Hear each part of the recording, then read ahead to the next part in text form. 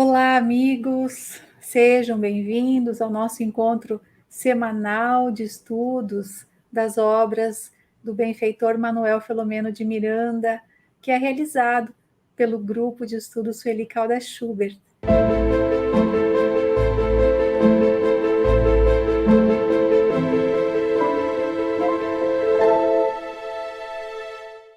Hoje estamos aqui com a nossa querida Tânia Menezes, com quem dividiremos a alegria de estudar esse capítulo, que é repleto de emoções desta obra que estamos nos dedicando, Tramas do Destino, em que hoje faremos o estudo do capítulo 16, que o benfeitor intitulou Epifânia, seu Calvário e sua Ascensão.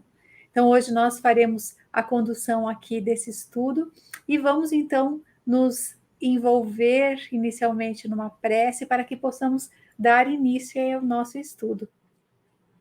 Mestre Jesus, nesses momentos em que lembramos de forma mais pujante a tua vinda a este orbe, quando, por acréscimo da misericórdia divina, estamos conectados com o propósito de conhecermos mais profundamente as leis da vida, entendermos as tramas dos destinos. Queremos agradecer-te, divino amigo, e hoje em especial, envolvidos pelos benfeitores que tutelam esse trabalho, queremos agradecer-te a oportunidade e envolver a todos que aqui estão na tua luz sublime. Nesse momento, Mestre Jesus, que possamos ter assistência dos benfeitores, nas intuições, no aprofundamento, para que esse estudo se converta em mais um farol a iluminar os nossos pensamentos. Assim, em teu nome, divino amigo, iniciamos o estudo de hoje. Então, amigos, como falamos, hoje estamos eu e Tânia, que faremos a condução do estudo, e hoje utilizaremos uma metodologia aqui que tem sido bastante interessante, que outros coordenadores também têm utilizado, e que hoje nós faremos aqui um mergulho naqueles pontos importantes do capítulo e faremos algumas pausas em que a Tânia nos trará alguns aprofundamentos. Então, nós vamos mergulhando nesse capítulo, vamos ver a forma como Manuel Filomeno de Miranda inicia esse capítulo. Porque nós vamos ver, e quando falamos que é um capítulo carregado de emoções, nós vamos ver no desenrolar do resumo por que se trata de um capítulo cheio de emoções. Então, o benfeitor vai iniciar esse capítulo relatando e fazendo referência. Então, vamos lembrar que no capítulo anterior, Dona Artemis, juntamente com o Gilberto, foram levados por Cândido à casa espírita, né, porque já chegaram aquele momento e que eles se vinculariam depois de já estarem realizando o evangelho no lar, de já estarem conhecendo um pouco a doutrina espírita, já estariam vinculados, então, agora à presença à casa espírita. E o benfeitor, então, começa esse capítulo dizendo que, naquele momento, então, após a palestra, Cândido conduz à Câmara de Passe aqueles que foram seus convidados. Então, lá estava a médium Epifânia, e estava ali, o benfeitor descreve que em plena lucidez, embora aquele ambiente em penumbra, fracamente iluminado, ela que era convidativo à prece, e ela, a médium, exteriorizava uma quase invisível luz irradiante. Naquele momento, então, Cândido, o enfermeiro, ele se aproxima sem afetação, e nós vamos observando aqui o quanto essas colocações que o benfeitor Manuel Filomeno de Miranda faz são importantes, porque são detalhes, Como a semana passada nós vimos que Jussara comentava que numa leitura mais rápida nós deixamos passar esses detalhes, mas eles são importantes. E aqui ele vai referir que o enfermeiro então chega, se aproxima da médium sem afetação e apresenta então os Ferguson àquela intermediária dos espíritos. Então, a sensitiva, num gesto de muita delicadeza, beija a destra de Dona Artemis e que essa se sente sensibilizada, então, e ela também saúda a médium de forma cortês Gilberto. E em seguida solicita que se sentem e que se conservem em atitude de prece. De forma bastante calma, ela aplica-lhes passes individuais e ao concluir aquele ato do passe, ela fala com naturalidade para eles. Os senhores estão muito bem acompanhados espiritualmente, o que traduzia ali o equilíbrio íntimo de que se revestiam. Diz a intermediária espiritual que via entre os dois, numa atitude maternal, uma veneranda entidade que dizia chamar-se Adelaide. Adelaide Nepomuceno Vieira, que afirmava ser então genitora de Dona Artemis e vó de Gilberto, respectivamente. Então, aqui nós vamos fazer uma pausa que a Tânia já vai nos trazer alguns apontamentos. Seja bem-vinda, querida Tânia. Boa noite, querida amiga Ângela. Boa noite a todos os que estão conectados conosco para mais um dia de estudo desta magnífica obra, Trilhas da Libertação. Até este ponto que Ângela trouxe do resumo do capítulo, nós queríamos fazer 3 abordagens. Primeiro, algo que vemos que ao longo do estudo das obras de Filomeno, desde quando nós iniciamos, chamamos a atenção para a questão da oração. Parece que em cada capítulo, não somente uma vez, porque neste capítulo em especial, em mais de um momento, Filomeno vai trazer o apontamento a respeito da prece. E pensar na oração é pensar em um movimento que talvez ainda não estejamos a fazer em nosso cotidiano como deveríamos. Em cada hora que estamos aqui para algum aprofundamento, sempre marcamos a oração com algum ponto. E hoje eu selecionei uma pergunta de O Livro dos Espíritos, que anteriormente eu não utilizei essa pergunta. Eu gosto de estar sempre trazendo algo que não é inovador, porque está lá no Livro dos Espíritos e todos nós podemos consultar. Mas eu digo inovador em termos de reflexões daquilo que estamos trazendo aqui. A oração que foi proferida e que, a partir deste momento, houve a possibilidade de um encontro com a mãe de Dona Artemis, avó do Gilberto. Então, já estamos aí com um movimento que favorece um intercâmbio. Mas a questão que eu selecionei lá de O Livro dos Espíritos, que está na parte 3ª do Livro dos Espíritos, que é destinado ao estudo das leis morais, no capítulo 2º, que é da lei de adoração, é a questão de número 664. Kardec indaga: será útil que oremos pelos mortos e pelos espíritos sofredores? E, neste caso, como lhes podem as nossas preces proporcionar alívio e abreviar os sofrimentos? Têm elas o poder de abrandar a justiça de Deus? São várias perguntas em uma que Allan Kardec está formulando.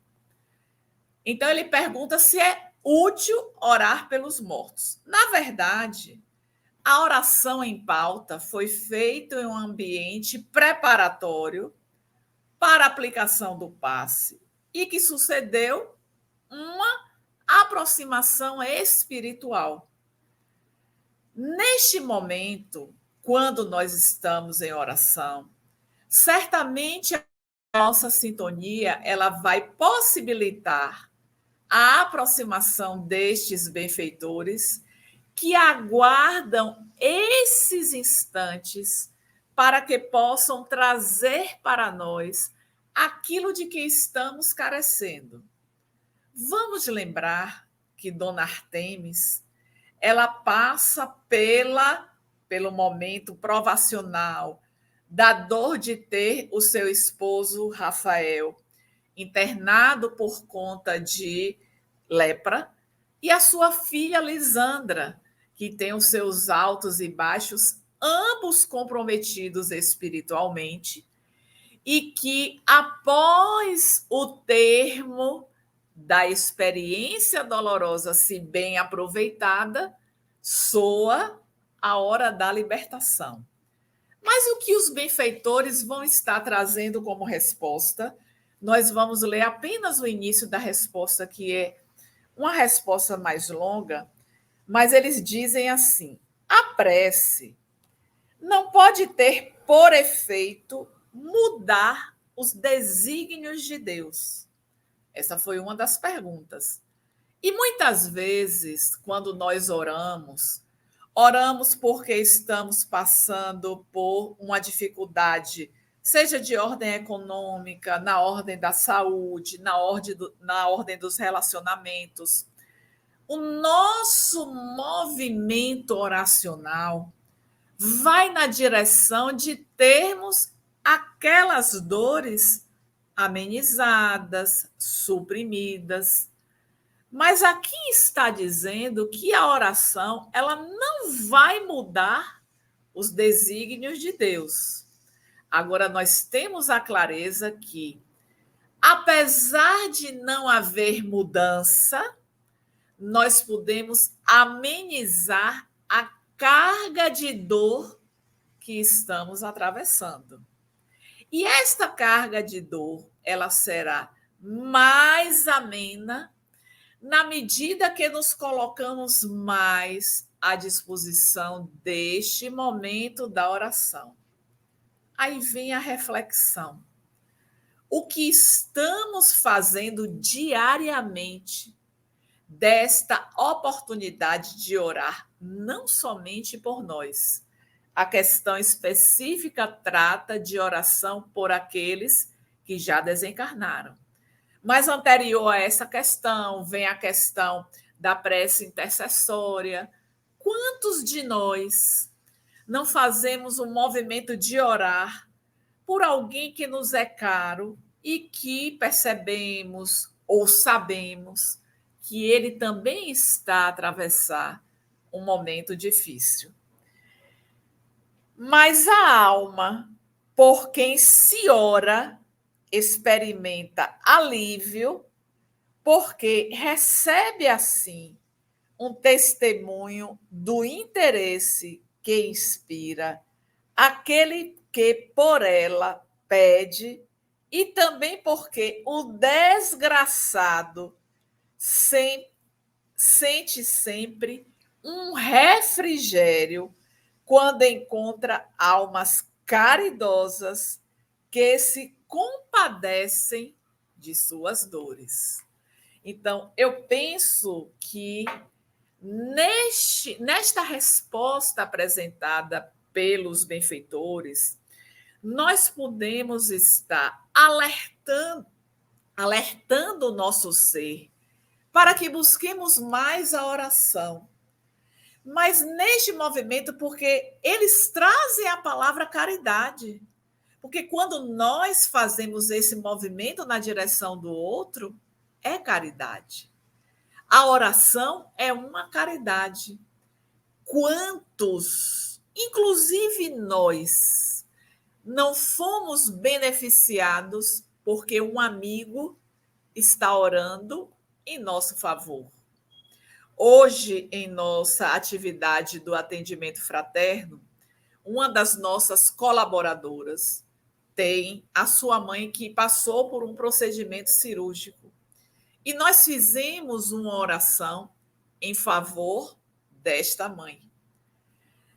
Todo movimento nesta direção vai levar à presença da espiritualidade, que não vai modificar os desígnios conforme está aqui a resposta, mas vai trazer o alento, vai trazer a paciência para o enfrentamento daquela fase pós-operatória, para que os pensamentos possam estar harmonizados. Nós sabemos, por exemplo, que após uma cirurgia, nós devemos mentalizar que o procedimento será bem sucedido, que não teremos nenhuma intercorrência, porque isso vai favorecer a condução daquele momento pós-operatório. Então, este era o primeiro aspecto que eu queria tratar desta introdução. O segundo diz respeito à aplicação dos passes. Anteriormente, já tivemos em outros momentos a oportunidade também de estar trazendo um aprofundamento neste quesito. E observamos também, ao longo da obra de Filomeno, o quanto os passes são aplicados a nível terreno, como nas reuniões no mundo espiritual.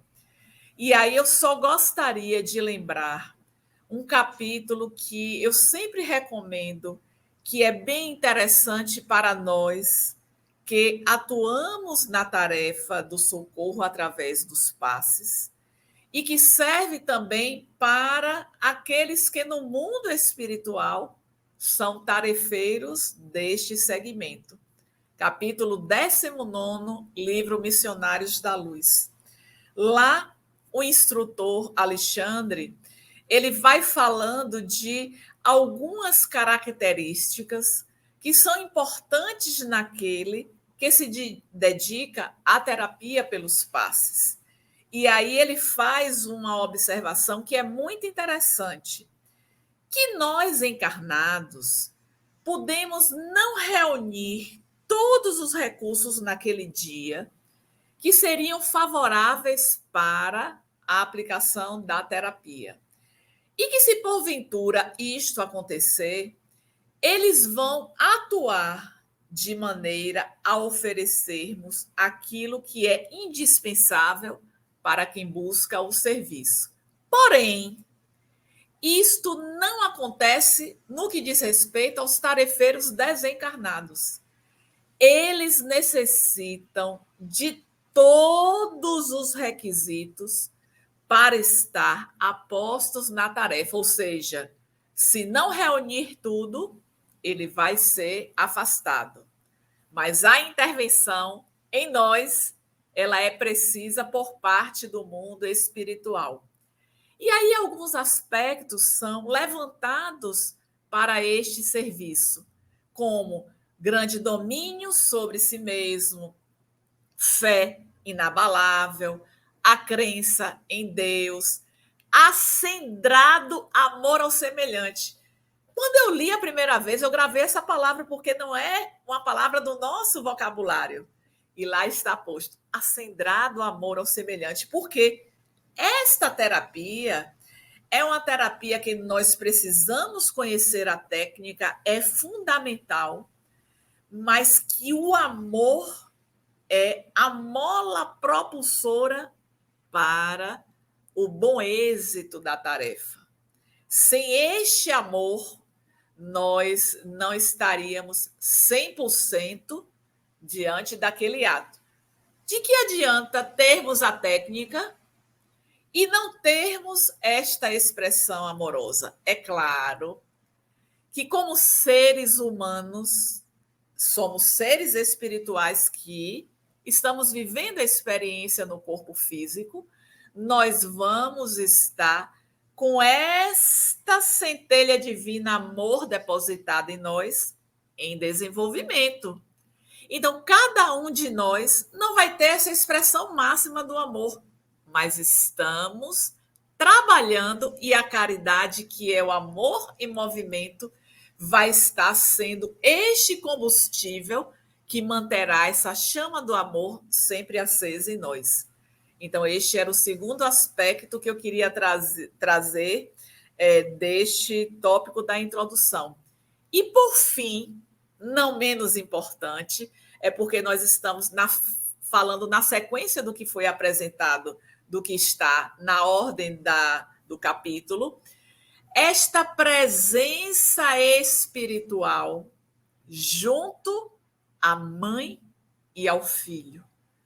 Uma presença espiritual amorosa, amiga, e que iria estar auxiliando aos dois. E aí eu fiquei a pensar, Ângela, no quanto nós encarnados temos esta presença espiritual sem que a gente se dê conta, porque aqui no capítulo vai falando detalhes, né, a respeito da presença da mãe e da avó, mas a todo instante nós estamos sendo visitados por estes afetos que estão do outro lado da vida e investem no nosso sucesso, no nosso avanço, nos momentos de aflições, para que sejamos de fato vitoriosos e a nossa marcha ela seja ascensional de forma galopante.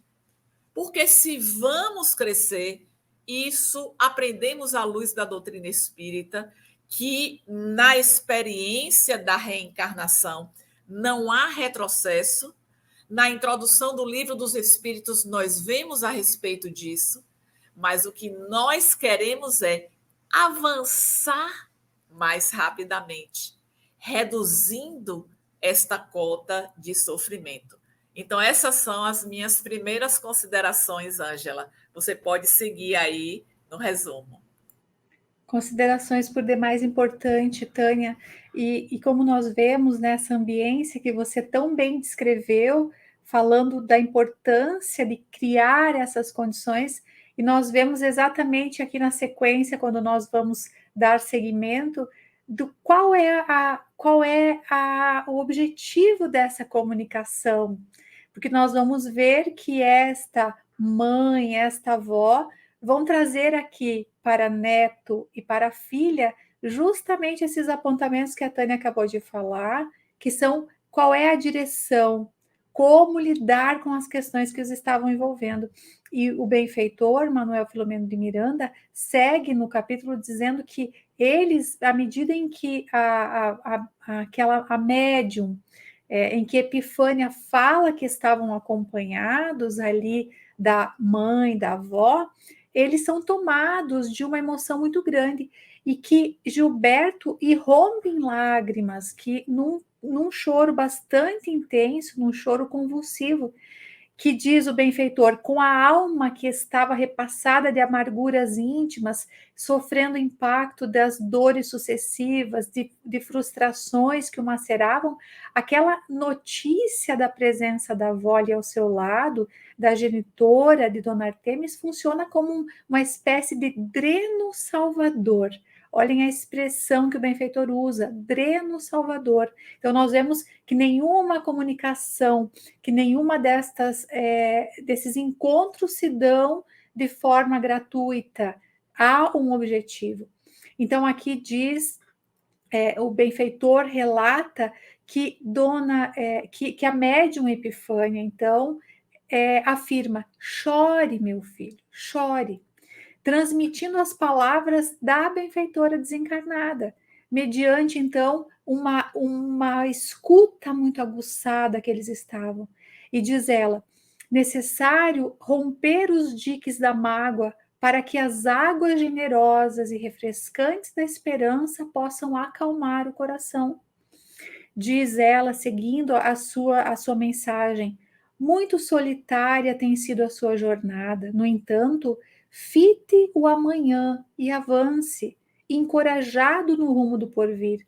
Diz ela: mantenha os espinhos do pretérito cravado no coração tentando adubá-los com o sacrifício, e eles florescerão abençoados. Diz ela ainda que o sofrimento, que a soledade não são penas impostas pela divindade, mas que constituem antes uma corrigenda salvadora, com que a criatura se arma para cometimentos elevados. E que quem não é capaz de superar pequenos óbices de sombra não merece contemplar os horizontes infinitos da beleza.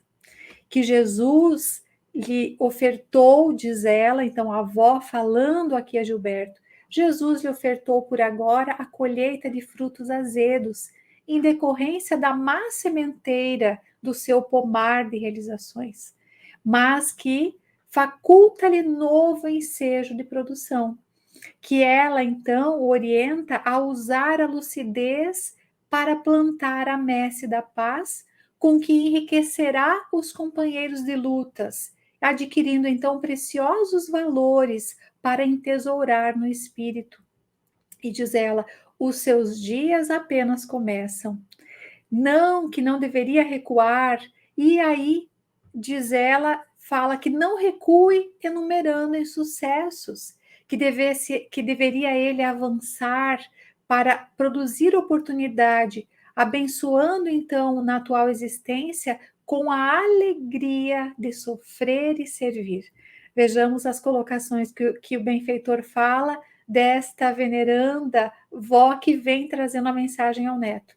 E segue ela dizendo: estão-lhe reservadas realizações profícuas. Diz ela: prepare-se e ame, sirva ao bem, indistintamente e aguarde. Então, essas colocações que ela faz ao neto, e segue dizendo que a hora máxima da noite é também o prelúdio do instante primeiro do dia, que era para seguir o rumo, então, da madrugada. E o jovem ali readquire o controle da sua emoção e procurava reter no seu espírito aquela inesperada mensagem que constituía para ele um marco decisivo, um divisor de águas na presente reencarnação. Então, essa é a mensagem que Dona Adelaide traz ao neto Gilberto. E aqui nós vamos novamente passar a palavra a Tânia. É muito gratificante estar atravessando a dor e receber um alento. Um alento que vem de alguém que é especial. Mas, independente de quem mande a mensagem, nós estamos a todo instante também sendo os instrumentos, ainda que não sendo médiuns ostensivos, porque quando vamos à definição de Allan Kardec de médium, somos todos nós, porém uns com esta capacidade de interação mais próxima com o mundo espiritual, através da visão, da psicofonia, da audiência, não importa. Ele esteve naquele momento a escutar as palavras que eram emanadas de um coração que lhe era afetivo. E aí vamos pensar neste sofrimento. Sofrimento que foi acompanhando desde a saída do pai da casa, a necessidade que ele teve de estar assumindo a direção com a questão do trabalho, dos recursos para a manutenção da sobrevivência da família. Mas fala aqui de sofrimento e de solidão. E aí eu pergunto, Ângela, e essa pergunta ela é reflexiva para todos nós. Quantas vezes já tivemos este sentimento de solidão? Quando diante das nossas dores, a dor que só você é que pode aquilatar a dimensão dela, o quanto ela dói, o quanto ela está trazendo inquietações à sua alma. Mas este sofrimento, ele tem um tempo determinado. Esta é uma certeza que precisamos carregar. Começou ele vai findar. Agora, tem um espaço entre o começo e o fim. E toda vez que eu leio sobre dor e sobre sofrimento, eu não posso deixar de trazer a mensagem do Evangelho segundo o Espiritismo. Capítulo 9, Bem-aventurados os que são brandos e pacíficos. Item 7, a paciência. Um espírito amigo escreve: a dor é uma bênção que Deus envia aos seus eleitos. Eu não me canso de refletir sobre isso, porque na hora da dor, essa compreensão de bênção nem sempre chega, porque dói, porque a gente chora, ficamos tristes. Às vezes é uma dor que vem de uma mágoa, de uma situação que nós não imaginávamos que aquela pessoa fosse fazer aquilo conosco, mas aconteceu e deixou essa marca que se chama dor. Só que o espírito amigo, a nossa benfeitora, ela vai dizer: bendizei a nós eleitos para esta dor, que pela dor do mundo nós teremos as glórias nos céus. Só que na nossa condição humana, nós queremos as glórias terrenas. Nós queremos viver na eterna alegria, contentamento. Alcançou um propósito hoje, amanhã já quer alcançar o próximo. Mas marcamos a nossa existência com as sementes que estamos lançando ao solo. E agora o sofrimento é o resultado da semeadura de uma colheita que fizemos lá atrás. Lá atrás, que pode significar outras existências, ou lá atrás, na própria e atual existência. E tem algo aqui que também me chamou a atenção, quando a avó diz assim: os seus dias apenas começam. Ou seja, quando a gente pensa que está se ultimando a dor, ela está dizendo aqui: apenas está começando o processo. Mas é preciso guardar essa certeza em nosso íntimo, que tudo passa. E aí, mais uma vez, eu lembro do nosso saudoso tio Nilson, quando na sua primeira mensagem psicofônica ele escreveu que tudo passa, só o amor permanece. Então, se vamos estar buscando o lenitivo para a nossa dor, o remédio precioso é o amor. Quando nós estamos no movimento da caridade, observem se os nossos problemas eles não ficam menores.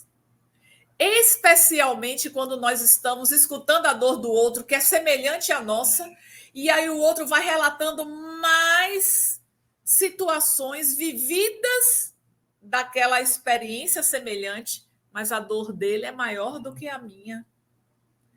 Ele experimentou a perda de um filho, eu não experimentei essa dor. Ele experimentou o desemprego, eu não experimentei. Então a gente vai ouvindo a dor do outro e a gente vai se colocando naquele lugar. Eu não passo por isso, eu não vivenciei isso, eu não atravesso isso. E aí nós vamos percebendo pela dor do outro de que a nossa, ela é uma dor menor. Mas quando eu me coloco à disposição para ajudar, momentaneamente, naquele momento, eu estou esquecendo a dor que está atravessando este mundo íntimo.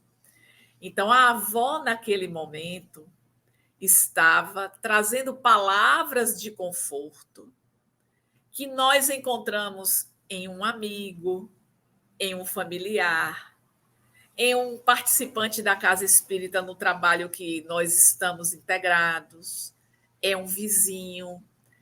Às vezes é aquele colega de trabalho que iniciou ontem, mas ele está sendo o canal para transmitir a nós a palavra que vai ser o conforto, para suavizar aquilo que está dentro do nosso mundo íntimo, quente, fervendo, mexendo, trazendo inquietações.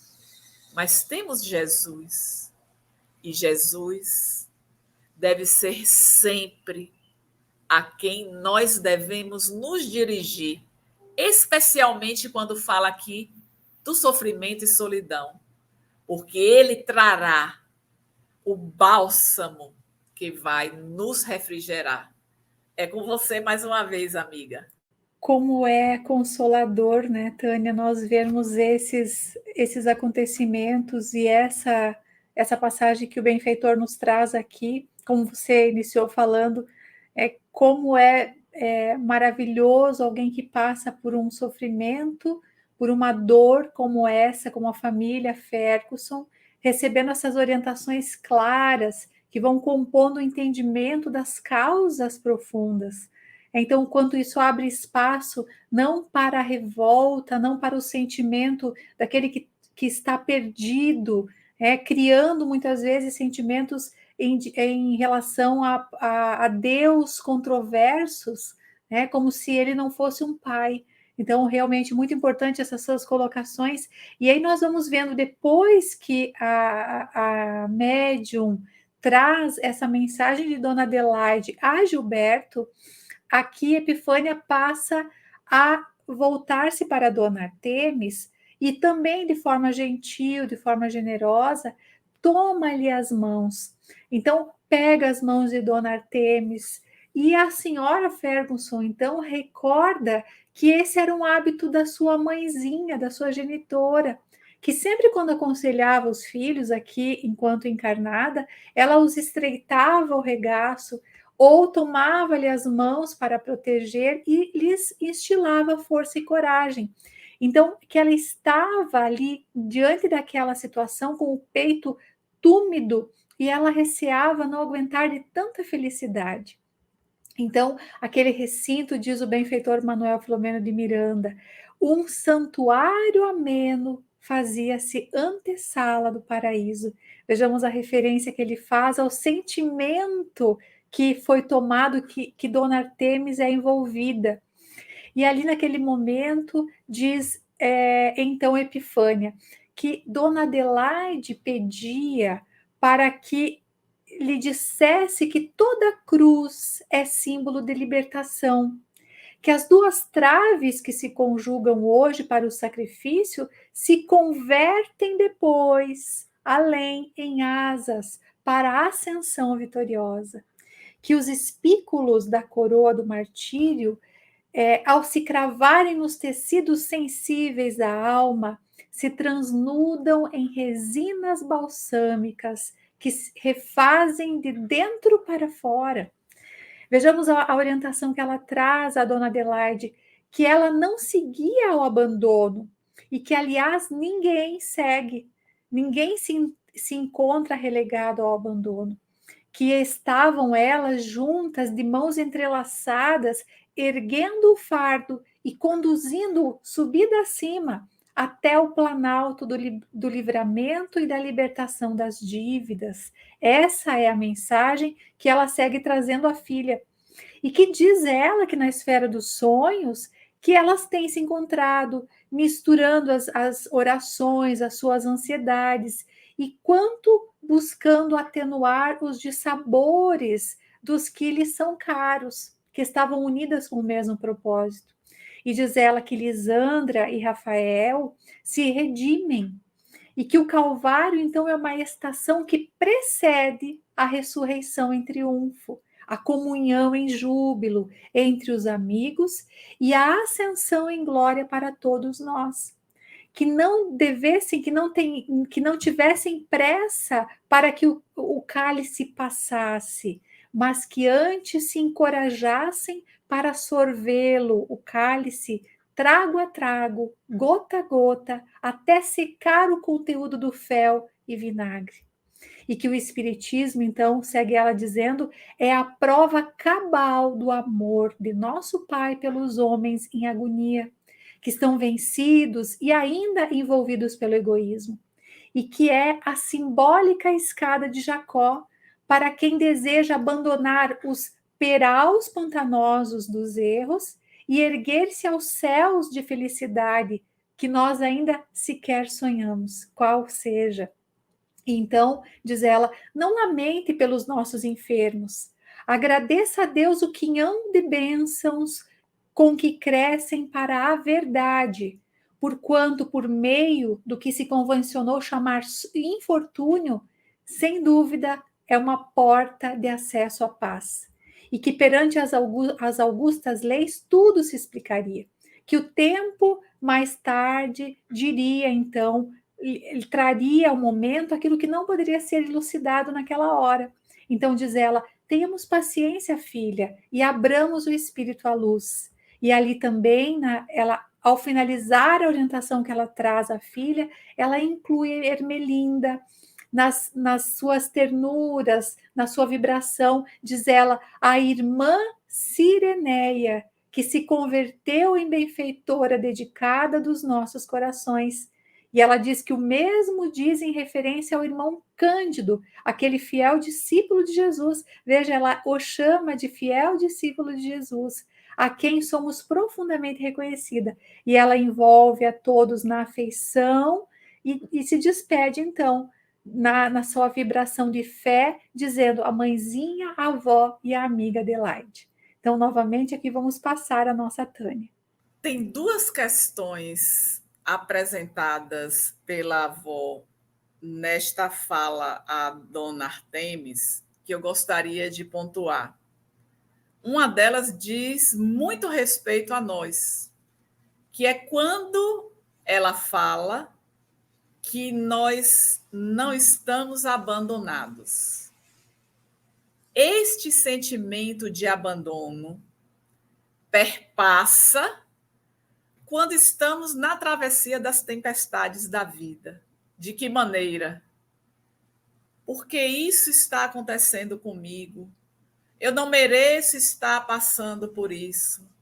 Olha só o que a vida está me pedindo provas neste momento. Estas reflexões estão sinalizando a ausência em nós deste sentimento de que o abandono não existe. Eu posso momentaneamente ter esta sensação, mas ela não pode prosseguir junto comigo.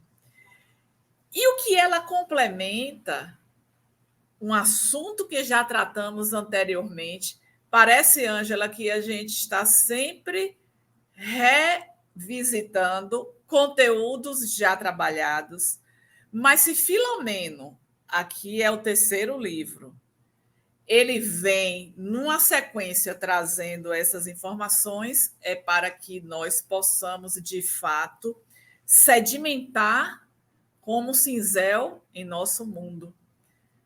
A respeito dos sonhos.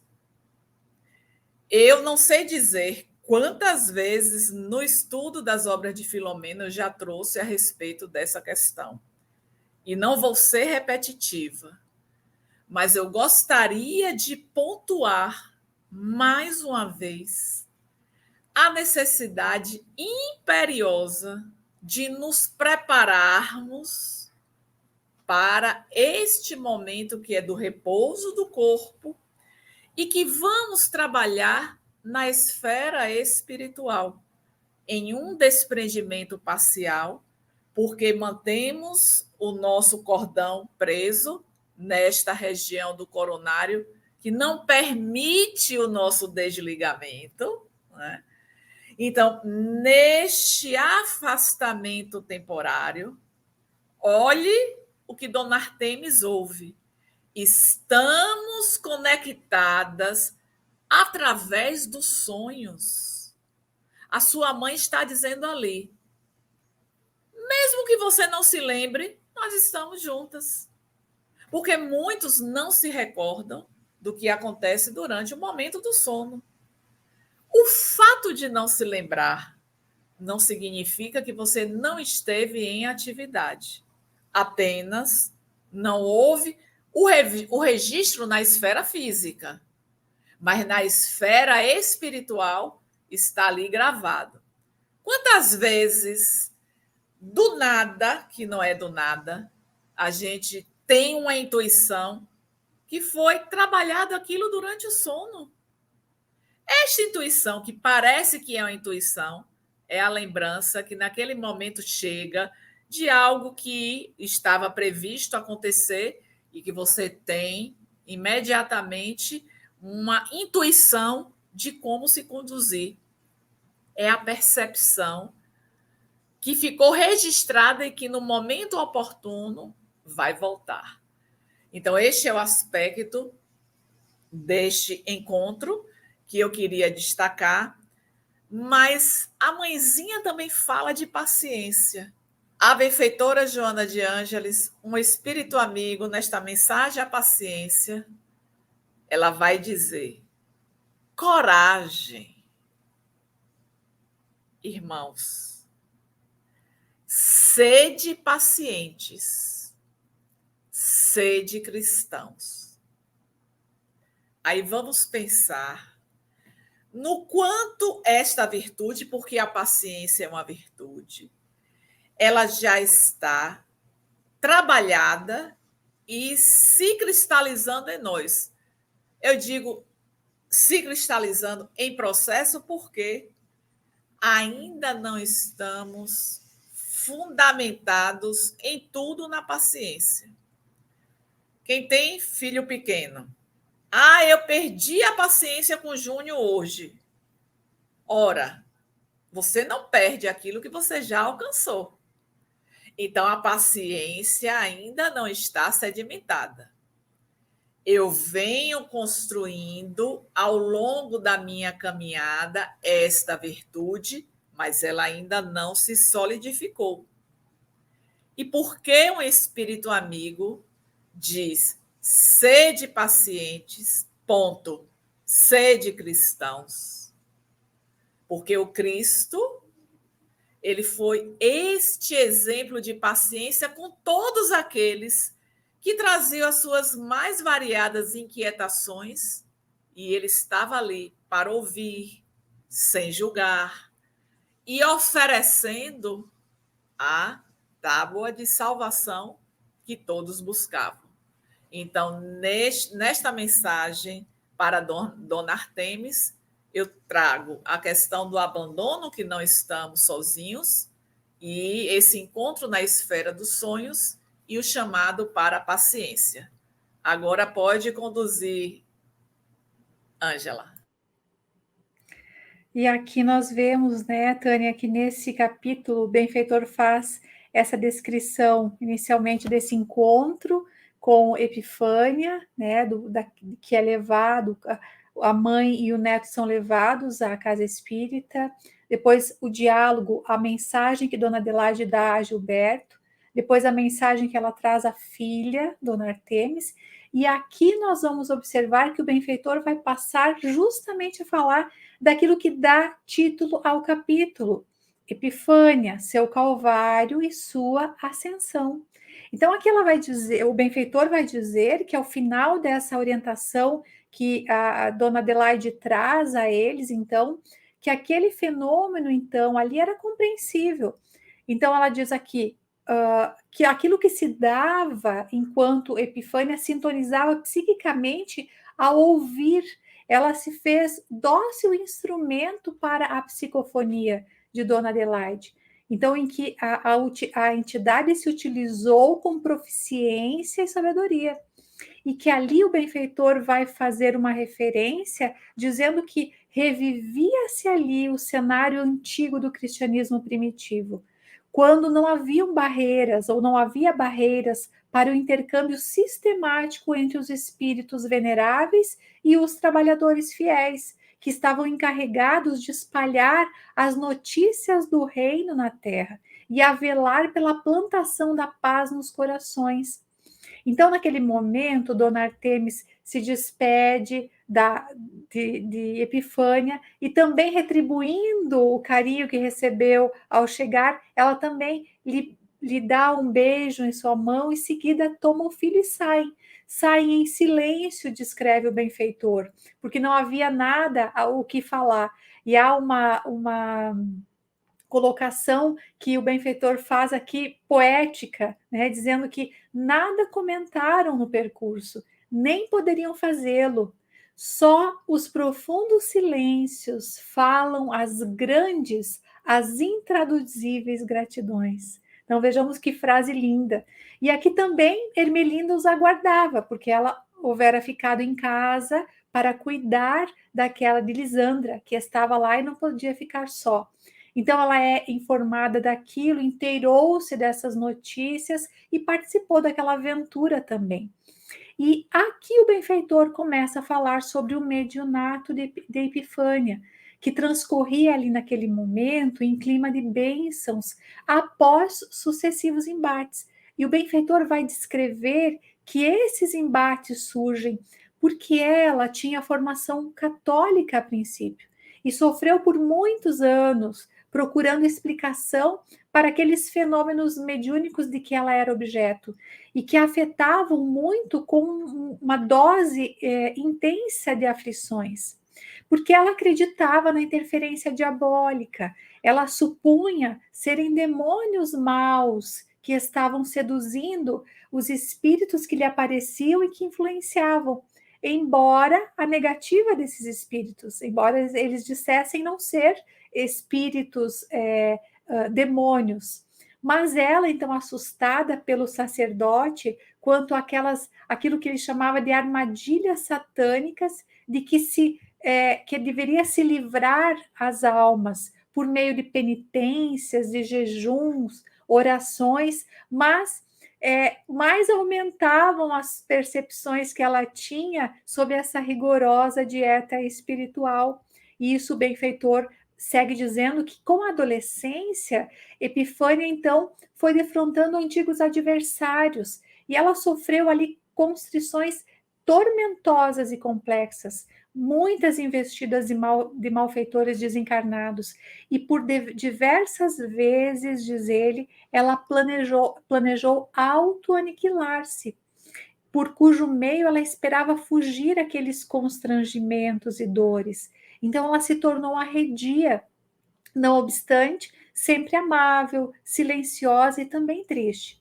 Que naquele mesmo processo ela registrou a presença de magnânima religiosa desencarnada, que a sustentava com diretrizes e conselhos sábios. Com sacrifícios e renúncias, ela foi, então, Epifânia superou as dificuldades do entendimento espiritual e passou a confiar na aristocrática benfeitora. E que só mais tarde ela veio saber tratar-se da mentora que lhe sustentava a tarefa, a quem ela já estava vinculada por liames muito expressivos desde alguns séculos de evolução. E que, ao completar 14 anos, Epifânia, então, teve na sua experiência a desencarnação de uma irmã que foi vitimada por uma obsessão soez e que culminou, então, no infeliz suicídio desta irmã. E que esse choque desarticulou-a e lhe leva ao leito, lhe coloca na cama. Então, uma pessoa dedicada naquele momento fez com que a família recorresse ao espiritismo, dando ali o início ao exercício e o desdobramento correto das suas faculdades mediúnicas. Ela então se submete a severas disciplinas com que ela procurava educar os seus hábitos, a vontade, com assiduidade, método, naquele compromisso assumido. Então ela se liberta das impertinentes perseguições dos inimigos desencarnados e adquire ali com grande esforço o necessário equilíbrio do sentimento e da razão. E ela prosseguiu então integérrima, diz o benfeitor. Aquelas dificuldades não cessaram ali, mas aumentaram também, buscando ali na sequência a médium um trabalho digno numa repartição pública, a fim de poder dedicar-se com afinco ao ministério espiritual, porque quando lhe permitisse o seu tempo, sem que ela necessitasse depender economicamente de familiares ou de amigos, ela ofereceu-se à causa com incomparável devotamento. Então, aqui os amigos, diz o benfeitor, que os amigos da médium, invigilantes, assediavam-na com referências infelizes, que a desgostavam muitas vezes. Ela também era cercada por calúnias, reiteradas vezes, a bajulação dourada, diz o benfeitor, também a perseguia, defrontando a sua tranquila resistência. Então, pessoas imprevidentes a censuravam por ela conservar-se solteira e diziam que ela, permanecendo assim, correria perigos desnecessários, conforme falavam, né, servindo-se aquelas pessoas de instrumentos dóceis aos adversários da luz, mas que eles não se davam, não tinham consciência dessas atitudes reprocháveis. E que mais de um cavalheiro pretendeu-lhe a mão para o matrimônio, mas ela resistiu, estoica, embora também dotada de meiguice e profundo sentimento de amor em plenitude. E diziam que a mulher somente se realiza quando se consorcia e se torna mãe. E alguns familiares falavam isso, alguns confrades também pertinentes, fazendo esse coro a esse tipo de pessoas que sempre, diz o benfeitor, tem solução para o que supõe serem problemas alheios, mas jamais para suas próprias necessidades. Então, sabem opinar no problema do outro, mas não nos seus. E segue aqui o benfeitor dizendo que ela, então, se excusava, fazia-se de desentendida e ela prosseguia, inalterável. E quando desejar casar-se, diziam alguns, que já seria velha, já seria tarde, né? Quem que a quereria? E então sempre, diz o benfeitor, aparecem os que se preocupam, bem se vê, negativamente com o próximo, raramente tendo o objetivo de auxiliar com o sincero desinteresse e sem paixão, né? E que eles ignoravam, esses companheiros, o calvário íntimo pelo qual passava aquela médium. E ela então sabia que a sua tarefa era de ajudar, de socorrer por meio da maternidade do espírito, sem amarras que dificultassem o seu avanço, né? Sem outros deveres que impedissem ela de desincumbir-se do seu ministério espiritual, que ela se sentia só e desejava um amor de compreensão e ternura, mas ela foi informada pelos seus abnegados mentores de que esse afeto ainda se encontrava no além, aguardando-a, e que se esforçasse então por superar a tristeza quando essa se insinuava, buscando então encontrar alegria, que buscasse vencer a perturbação quando ela se via acicatada pela vigília dos espíritos malévolos, que resistisse ao desânimo quando sitiada pelo cansaço, que buscasse afastar a antipatia ante aqueles maledicentes e censuradores, os pusilânimes, exploradores da mediunidade, e que diziam a ela que a caridade era a sua ginástica preferida, a fim de manter as formas do espírito em ritmo de amor, no pensamento e na vontade, que ninguém lhe compartia as horas de soledade, nem ela apresentava qualquer reclamação ou exteriorização de tristeza. E ela coloca aqui, o benfeitor descreve que muitos complôs foram organizados do lado de cá, refere ele, falando da interferência espiritual, muitas vezes, a fim de desanimarem aquela médium. Então, criaturas embriagadas, teleconduzidas, foram empurradas muitas vezes na direção da médium, objetivando justamente desconcertá-la. E que ela, orando arrimada aos seus abnegados amigos espirituais, resistia a tudo, às vezes chorando intimamente, mas permanecendo no posto do seu dever. E que companheiros, muitas vezes ditos bem intencionados, em perigoso fascínio pelas suas faculdades medianímicas, prontificavam-se a protegê-la. E a servidora do Cristo, no ideal espírita, ela continuava, sem arrogância nem deslizes, no culto das tarefas em que ela se refugiava. E é claro, então, diz o benfeitor, que amigos leais também auxiliavam, discretos, devotáveis, respeitáveis, atentos. Então, ele descreve aqui que o milagre do bem também magnetiza, produzindo um sublime contágio, que ela também era cercada desses que a desejavam o seu bem. E que ela granjeou também por todos esses títulos de serviço, e graças à sua humildade no desempenho dos deveres, tanto no lar quanto no trabalho, na vida pública, no santuário espírita, ela granjeou a afeição dos irmãos maiores da espiritualidade, os seus tutores, seus guias, que a defendiam de ciladas do mal e a socorriam sempre. E aqui diz ela que diz o benfeitor Manuel Filomeno de Miranda, que Epifânia se tornou, em decorrência, um exemplo digno de ser imitado.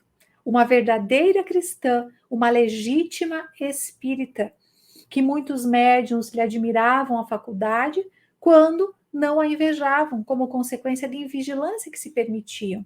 E que ainda agora, diz ela, teima por acreditar na mediunidade como sendo um dom, estes que buscavam desta forma envolvê-la, um dom exclusivo ou uma graça injustificável, de que raras criaturas se encontram investidas e a esforço algum necessitam, como se fosse algo fácil, um presente, e que Epifânia, então, consciente, termina o benfeitor, das suas responsabilidades, sinceramente entregue às mãos do Senhor, ela firmou-se no conceito da espiritualidade, graças aos serviços executados e à fidelidade com que deles ela se desincumbia, sempre humilde e irreprochável, merecendo incondicional ajuda dos seus mentores em prol do êxito das tarefas que estavam em desdobramento. E assim conclui o benfeitor esse capítulo. Tânia. Excelente essa abordagem que Filomeno traz a respeito dos caminhos que percorrem aqueles que abraçam o exercício da mediunidade.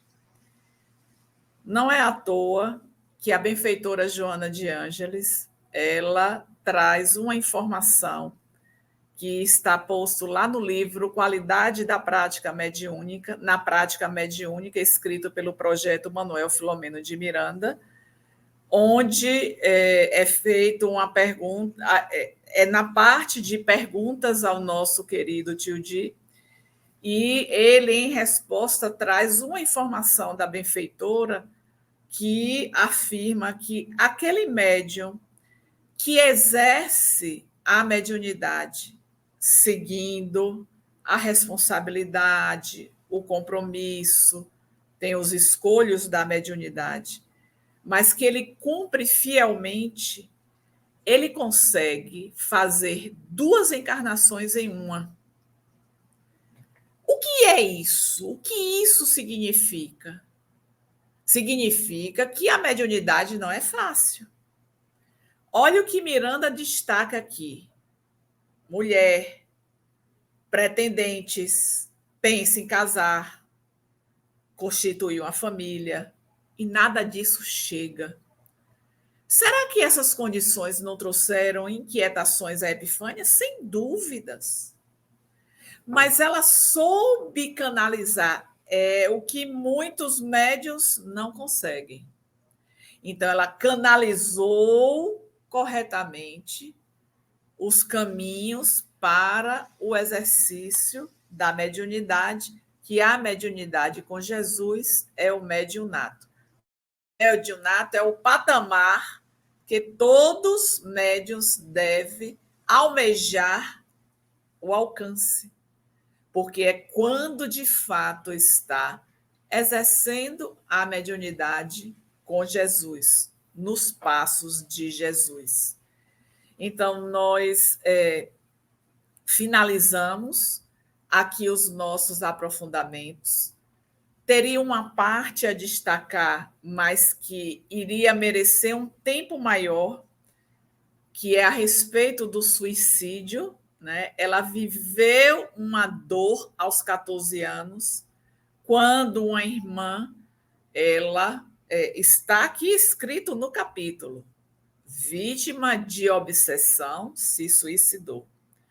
Nós sabemos que muitos casos de obsessão culminam no suicídio. Mas isso fica para um momento posterior, não vai faltar oportunidade de estarmos trazendo a respeito disso.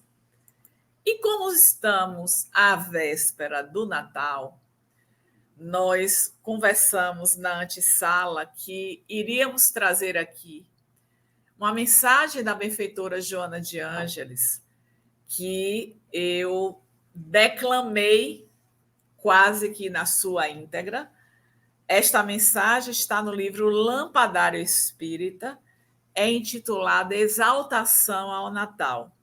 Fez parte de nossas apresentações artísticas no tempo de Juventude Espírita. Eu vou dizer, Ângela, não faz tanto tempo, né? Há poucos anos atrás, esta jovem que aqui está apresentou este poema, um recorte dele, que é a mensagem intitulada Exaltação do Natal. Consultem quem tem o livro. É um dos livros mais antigos da benfeitora. Ela diz assim: se já consegues perceber a sublime mensagem do Natal de Jesus, faze um exame dos benefícios que fruís com o conhecimento dele e dos resultados produzidos na sua vida.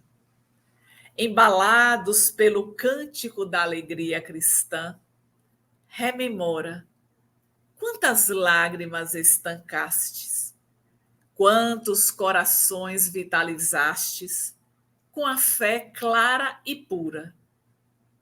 Quantas vezes silenciaste, se ultrajado, se perseguido. Quanto desculpaste, reatando liames de afeto com o ofensor. Quanto pudeste perseverar nos propósitos sadios, apesar das tentações de toda a ordem. Tens elegido a serenidade como a companheira nas horas difíceis, o amor como sustentáculo das tuas aspirações, a caridade como norma fraternal e a fé como lâmpada sempre acesa no curso das tuas horas. O Natal evoca o Rei Divino descendo à terra para amar, com uma lição viva e inconfundível de como se devem conduzir os amados que conseguem amá-lo. Esses, os que ensaiam amá-lo, buscam aqueles que não têm tido o ensejo de serem amados nem socorridos, convertendo os sentimentos de que se encontram possuídos em alavancas de socorro e de proteção. Se ainda não consegue sentir a glória do Natal de Jesus, vibrar nas fibras mais íntimas do teu ser, porque a tua coleta ha sido de desencantos e tristezas, perversidades e incompreensões. Evoca a história daquele homem que medrou como lírio imaculado em chavascal odiento e não se compuscou, que viveu sitiado pelo sofrimento de todos e não descreu, que se viu a sós, quando mais era convocado ao testemunho ímpar, e não se fez amargo, nem decepcionado. Recorda-o, simples e majestoso, face crestada pelo sol, cabelos ao vento, pés sangrentos, esguio e nobre, misturado à plebe, enxugando suor e lavando feridas, acolitado por mulheres mutiladas nos ideais de maternidade e por homens mutilados por misérias sem fome. Elegeu a esses, o sem ninguém, a condição de amigos, sem se voltar contra aqueles outros, também infelizes, momentaneamente guindados ao poder ou enganados pela ilusão. Evoca-o e deixe que chegue ao teu espírito e o penetre neste Natal as vibrações dele, o amigo, por quase todos esquecido, mas que jamais se esqueceu de ninguém. Um Feliz Natal, queridos amigos, queridas irmãs. A cada um dos coordenadores que fazem parte deste estudo e que Jesus permaneça conosco hoje e sempre. Que lindo, Tânia. Feliz Natal a todos. Obrigada por nos emocionar declamando essa mensagem linda da benfeitora. Aqui, então, desejamos igualmente, como a Tânia, um Feliz Natal a todos. Que Jesus possa vibrar em nossos corações, hoje e sempre. Um grande abraço e até a próxima semana.